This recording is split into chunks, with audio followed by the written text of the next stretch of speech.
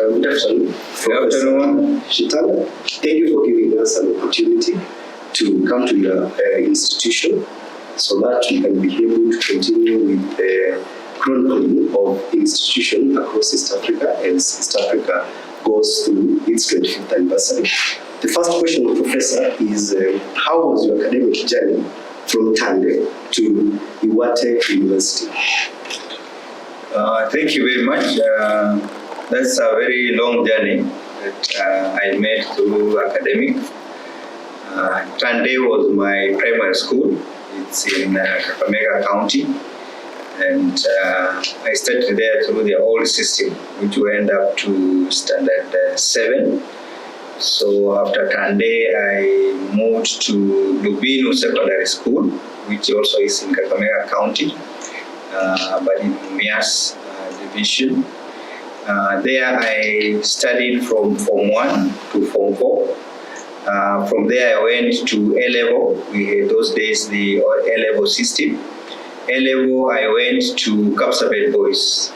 So that's where I did my Form 5 and Form 6. And good enough, I managed to enter the university. And those days, we had only very few universities. Therefore, I joined the University of Nairobi to do a course in agricultural engineering. So I did my course for 3 years. Those days we were doing 3 years. And after graduating, actually, I continued with my master's in what we call processing engineering, which is basically a transformation or conversion of agricultural materials to other forms that can be used. So after doing my master's at University of Nairobi is when I joined Jomo Kenyatta University of Agriculture and Technology as an assistant lecturer those days. So I started there as an assistant lecturer. I became a tutorial fellow. And then when I was a tutorial fellow, I left for my PhD in Japan. And that's when I joined Iwate University. So I did my PhD at Iwate University in Japan. The university is in the northern part of Japan. It was a very interesting place to stay and study because it's actually one of the coldest areas that we have in Japan. So I did my PhD for 4 years. And after that is when I came back to Jomo Kenyatta University, and then I continued teaching and also carrying out research. Thank you. That's a very brilliant academic journey. And I would want us actually to jump into Seku itself. This is an institution that was founded formally. It was a constituent college for Nairobi University in 1976. Then when the former president, Kibaki came, he chatted in 2013. Now, how has been the journey of this university? Yeah, this university, first of all, I must emphasize that it's a unique university because it's one of the universities in what we call arid and semi-arid areas. So one of the objectives for having this university was to ensure that we can be able to train experts and researchers who can be able to help carry out activities, mainly agricultural activities that will support the farmers in this area. More so development of drought-resistant crops, drought-resistant animals, and drought-resistant trees. Everything that can be able to be supported in this environment. Currently, you can see it's looking green, but if you come after a few months, you'll be shocked that it will be looking very dry. So this university has gone through the journey from 2013, when it was a university college, and then it became chartered. So actually, this university began from a college called, an institute actually called UKAI, Ukamba Agricultural Institute. That is the one which had started earlier. And then now when it became a university college, a constituency of University of Nairobi. And then after that is when it was chartered to become a fully fledged university. So it started in a very small way. We had very few students that time. But currently, as we are talking, our number of students has grown to about 10,000 students.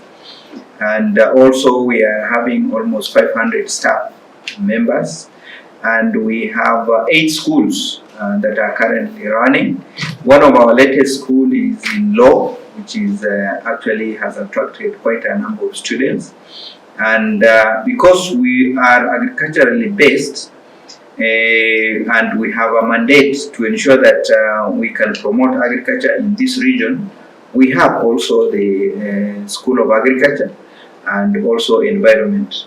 So we are able to study, train, do research in almost all areas of our academic to be able to support the environment that we are living in.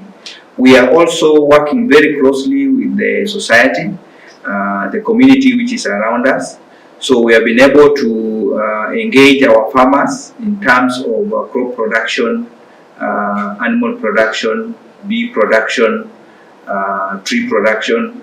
We have also collaborated with the Kenya Forest Research, and we have a lot of demonstrations that we do for our farmers on the different varieties of trees that Kefri is growing in this particular region. So we can say that this university has really grown. It's now, we can say it's a medium size. Now it's a medium size university comparatively. And we are able to attract students from all over the country. And we have also a few students outside the country. Like we have students from Nigeria. We also have students from Ghana, and we have students who have visited on short term, like from Netherlands.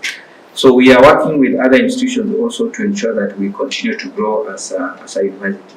So I can say that from where we started, there is a big difference that has occurred in the growth of this university. Thank you, Professor, for that, Yes. and congrats for the fact that you have now a new school in law. Yes. And I would want actually to raise a question on that. When do you expect your first graduating class in the School of Law? Yeah, School of Law, basically they take 4 years. So they started, they are now in their first academic year. So we expect after 4 years that they will be graduating. And you know very well that for law, they have again to go to the School of Law. So once they finish here, then now they will join the School of Law. Thank you for that. Now, a very important question.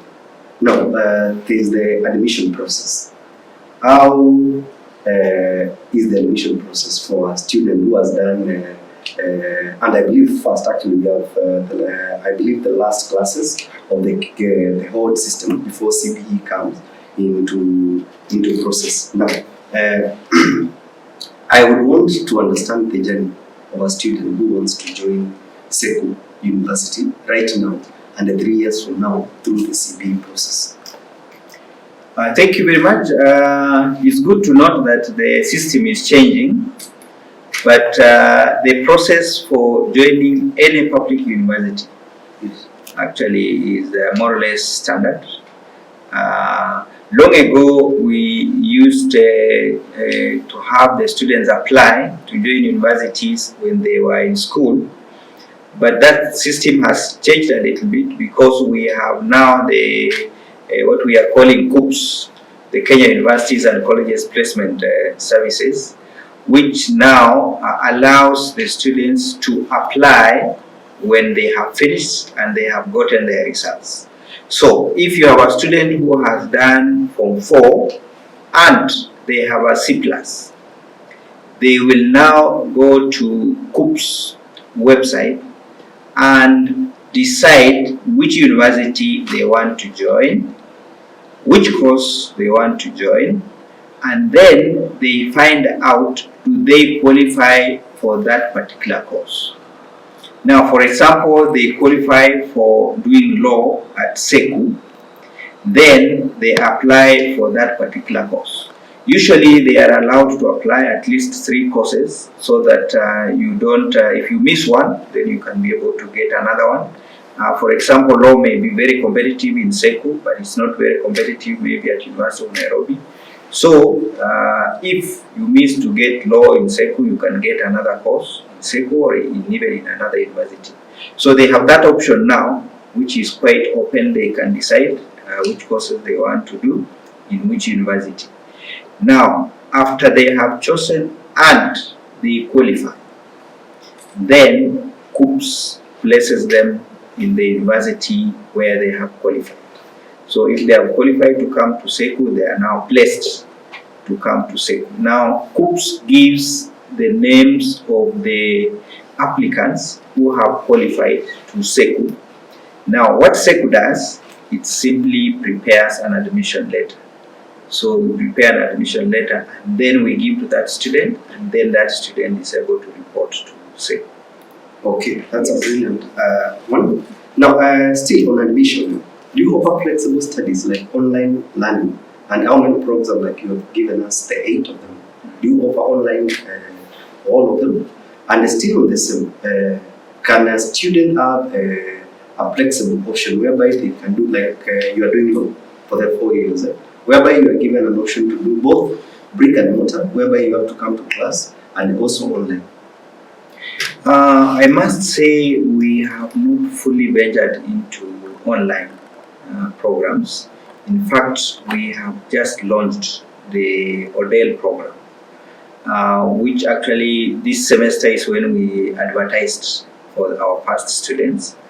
But what we have been doing is a kind of combination of online and physical for the same program. Meaning that, for example, if you are doing a course in law and one of the units, for example, is being done by other students, then the unit being done by other students from other courses can be able to be run online. So our system basically, as we are talking, is a blended one. Then from this semester now, we are looking forward to having our Odell programs. Now, these Odell programs are the ones we hope can be done fully online if they are successful. So we have not admitted even a single student at the moment. Well, thank you for that. The other thing, and a very important aspect for any student who is actually rather any student who is in college right now, is whereby they can transfer. Do you have the same options, the inter-transfer from one university to the other? And how is that process? If I may ask.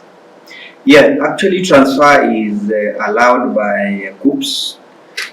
So what happens is that the student who wants to transfer applies to the institution where they want to transfer to through the institution where they want to transfer from. Now, if the two institutions agree that the student can transfer, then with that approval, the communication goes to KUPS, and then KUPS now does the transfer in their system. So the student, once it goes in the system and KUPS says okay, the student gets communication that you can now move to the next university, and with that now they are allowed to move. And when they move, because they get support from HELP, and they also get support from University Funding Board, the two are also informed of the same, and then the funds are also transferred to the new university where the student has gone to. Going back to the transfers, one crucial aspect about the East African community is whereby when we talk about integration, whereby a student, one way or the other, can a student from Uganda, let me pick a university like Kabale University or Kampala itself, can they be able to transfer from Kampala University to Seku University under the current?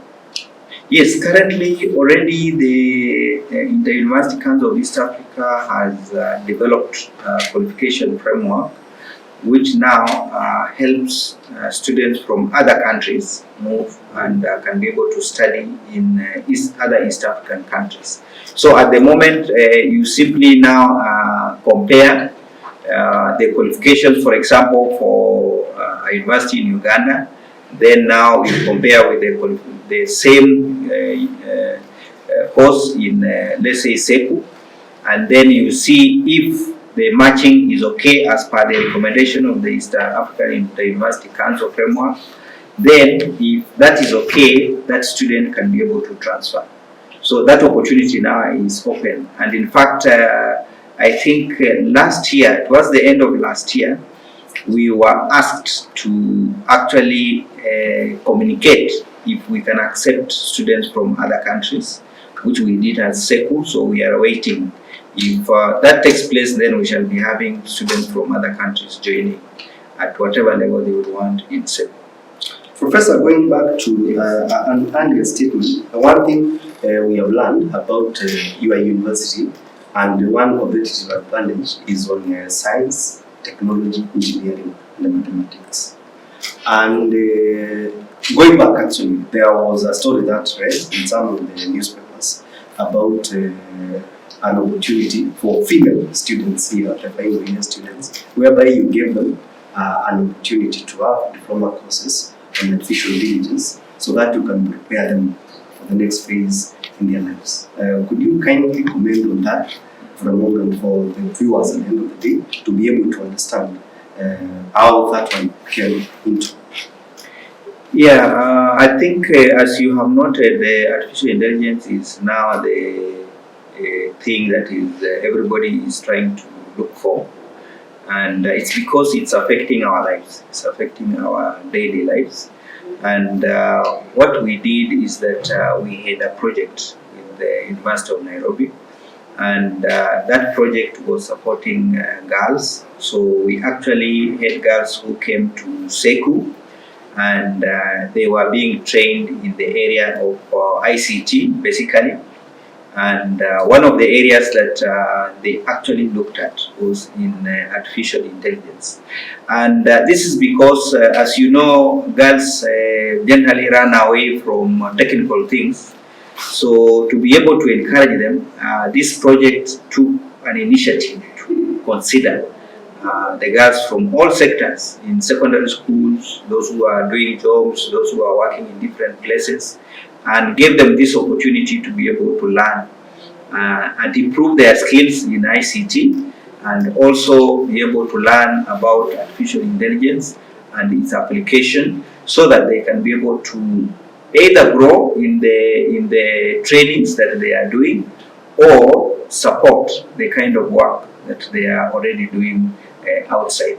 So this was a very important and very critical kind of training that we had with the University of Nairobi, and we really thank them for that collaboration, and even look forward to having more girls coming for the same training. Thank you, Professor, for clarifying that. And I have another question on still on the students who are leaving the university right now. We have a challenge, especially even some people say we have output graduates. Now, I would want actually you to comment on how the university prepares students to be competitive in the evolving labor market. Yeah, thank you very much. I can't say our students at Seku are cooked unless you change your definition of cooking, because we know cooking is a way of preparing a meal, and if it's not well cooked, it means it is raw. So, so we can say that our students are well cooked. And this is because, first of all, for you to produce a high quality graduate, there are some basics which you must have. First of all, we must have highly qualified staff, and I must confess that Seku has actually a very high percentage of highly qualified staff, because over 50% of our lecturers have PhDs. So this is something you will not find very common in many universities. Now, these PhDs are also in various fields, and these PhDs also support very strong research background for the institution. So if we have very strong research background, we have very qualified academic staff, then it means we can be able to prepare our students in a way that they will get very recent and very relevant academic information. The other area where you will ensure quality is on facilities, and that is the equipments that you have in the institution. As you say, we have a very strong capability in engineering and technology. So we also have very good facilities. We have good computer facilities, we have good engineering facilities, we have good medical facilities. So if you look at the exposure that we are giving to our students, then you realize that they are getting knowledge which is not fake. They are getting knowledge which is real. They are getting exposed to what is relevant in the society and also even in other countries. And therefore, when they come out of this institution, they are well prepared. Therefore, we can say that we have good quality graduates. The other thing we usually do to ensure quality is that we ensure our students have also attachment. Now, this attachment helps them to face reality on the ground, where they are able to go to industries, go to schools, go to other institutions, and there they meet the practical situation on the ground, and they can be able to show that the knowledge they have is useful wherever they have gone for attachment. So that exposure, practical exposure, also prepares them for what they will be doing in future. And therefore, when they reach outside, you cannot now say they are cooked, because in that case they are already exposed, they already know what is happening, and they can be able to use their knowledge to deliver services effectively and also efficiently.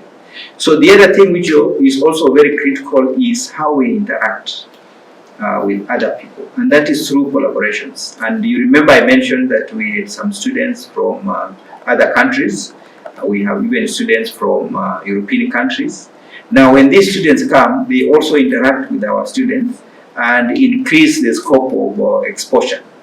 And therefore our students are not ignorant of what is happening outside Kenya or in other countries, and that also helps them to develop their skills. Now you also know that currently, unlike before, our students are highly exposed to information. We are now in an era where information is available easily online, and we have ensured that our university has very good internet facilities, so students can be able to get information from outside. And we have also softwares which we engage or buy, so that our students can be able to use them to get even more knowledge from outside. So with that kind of background for our students, I strongly believe that we produce good products. Professor, this is a personal one, and I would want us to briefly actually talk about something. You are one of the few professors we have who have spent so much time on smart things, especially on solar. You have a lot of initiatives on that. I would want you to briefly talk about some of the initiatives, and still on the same wavelength. I believe you are part of the CONSA Technology City initiative, and on top of that, recently there was the launching of the Rusai, the road from Nairobi to Mombasa, and there was a charter online whereby one lane will be for self-charging electric, whereby now since we have a lot of electric vehicles, the same actually will be tried. There is one actually that's running in US in Detroit, but in Kenya, this is actually, that is the argument from some quarters. I would want to know more what we expect from you, especially with the initiatives on solar, and probably I'm sure this could be a discussion for some people in the future, whereby we can talk about professor being part of such kind of a thing. Yeah, actually that is very true. I have a lot of interest in technology, especially what we call renewable energy resources. And this is one of the things that I'm pursuing at Seku, because one of the agenda we have is to develop what we call a solar plant. because at the moment at Seku, although we have power that comes from Kenya Power, this power we find that it's sometimes very unreliable, and sometimes we find that it is a bit expensive in what we are running. So we have already developed a proposal for a solar plant, and this is about 50 megawatts of solar power. And at the moment, as we are talking, we are actually looking for funding. Now, as we look at this electric power, we are also thinking about having electric buses. Actually, we already had a bus which came here for testing, and we have budgeted in our next financial year. If possible, we can be able to acquire an electric bus. Now, you have seen that we have very vast land, and our students stay at Pavonza, which is slightly very far from the university. So we find that it is very difficult for our students to be traveling up and down. So we felt that if we get an electric bus, it will be able to support the transport for students and reduce the stress which they are having in terms of traveling. But we don't look at it just in terms of the use, we are also looking at it in terms of research.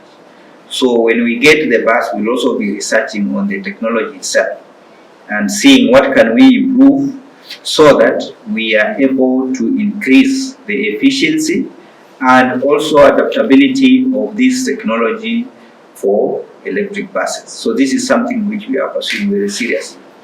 The other thing we are really pursuing right now is on the issue of water harvesting. You can see that this area is semi-arid.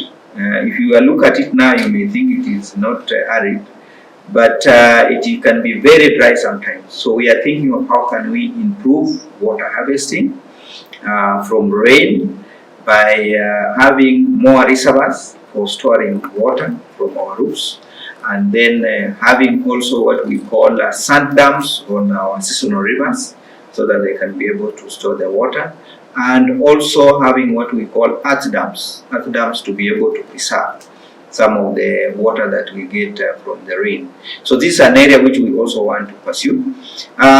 You realize when we started there was a lot of wind blowing into this building, and we are also thinking we can be able to develop power from wind. So wind power is also an option which we are thinking about that we can be able to use to generate electricity. So if we have the solar power, we have the wind power, you can be sure we'll have good source of power to run most of our operations at the university. So this is a very critical area. Now, why are we pursuing so much about power? It is because now our systems, almost all our systems are running on power. You cannot talk of technology development without power. So we need a very efficient and affordable source of power that can help us in terms of running our systems. Right now we are adopting systems that are online so that we eliminate physical activities. You find that when we carry out our activities physically, it takes a lot of time, it needs a lot of power, and also there is a lot of delays. So when we do automation, which we use power, then we can be able to improve accessibility to information, accessibility to services, and this will then increase efficiency and be able to allow our university to grow even much faster than we have been growing. The fighting short, final, where do you think will be the future of higher education, especially since you talked about things like ChatGPT, and also especially when you are also training students who have actually already grasped everything through ChatGPT, and would want also you to give us actually what you may think would be the outlook of the East African community universities in the next 10 years. Seku being one, especially Seku now is 12 years, isn't it?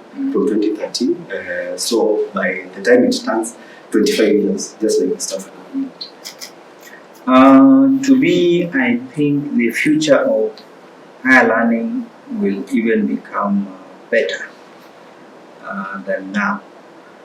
because we are now in what we may call an era of technology competition. And you just realize what our young people are doing online, then you discover that they have a lot of innovations.